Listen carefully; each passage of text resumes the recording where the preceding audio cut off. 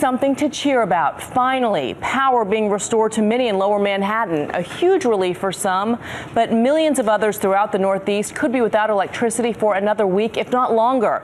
Meantime, temperatures are plunging to frigid levels and fast. Ginger Z is here with the latest on this very unwelcome sudden cold snap. Good morning, Ginger. Good morning, Bianna. If someone knows some of the 3.4 million customers that are still without power in those 11 states, I want you to text them or get a hold of them at some point, because the cold is on the way. This morning, only about 5 degrees below average, 42 New York, 44 Philadelphia, Erie back there at 40. But look at the next 3 nights. So again, tomorrow morning through early Tuesday is when it's really going to hit, and you're going to go, oh my goodness. And actually, we could have problems with hypothermia, especially with people who are a little bit older. New York City gets down to 34. Remember that city. So you go outside of the city in some of those affected areas, and the power's out, and you've got all of that cold sitting around. It could be in the 20s easily. And then the wind chill is going to be even worse. So I wanted to mention that. And then I've got another threat. Of course I do. Coming up for Wednesday into Thursday, that cold air meets moisture from the south. Does it sound familiar? Well, it's not the same. Promise you it's not going to be the same. But 5 to 10 foot waves possible,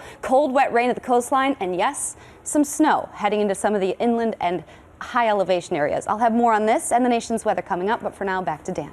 Just what we do not need here in the disaster zone. Ginger, thank you. This morning, the feds say they are taking action on that massive gas shortage that is crippling the storm zone. Check out the lines. These are reminiscent of the 1970s gas crisis. People are starting to get very, very cranky out there. So can this new action being taken by FEMA and the military make a difference? ABC's Alex Perez is at a gas station in Clifton, New Jersey. Alex, good morning to you, sir. Hey, good morning, Dan. Yes, everyone is hoping that shipment will make a big difference almost immediately. This gas station here sold 8,000 gallons into the late hours and won't be expecting another shipment, another delivery until this afternoon. Now, most of the people here are hoping that this FEMA and military shipment that's headed our way will make a difference to this region very soon.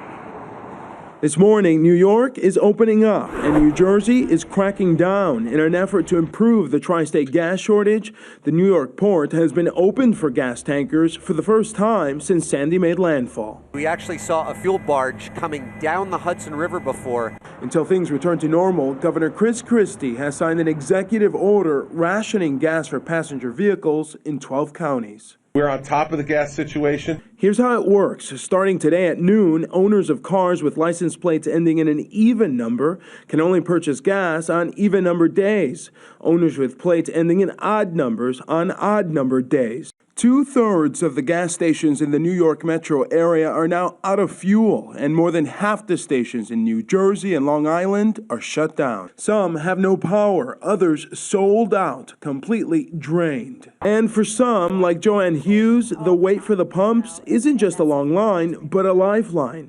With her father undergoing an emergency bypass at a hospital 40 miles away, the only thing keeping this daughter from her father is her lack of fuel. His surgery's at 2. That gives me about 2 hours to get gas. I'm hoping I make it. And you've been in this line for about 40 minutes now. Already, and I don't even know. I have no idea how long it's going to be. A question that everyone is hoping will be answered soon. And it took Joanne about 8 hours before she was finally able to get the gas she needed to see her dad in the hospital. Supplies are not expected to return to normal levels until about late next week. Bianna? Not good news for so many people. All right, Alex, thank you.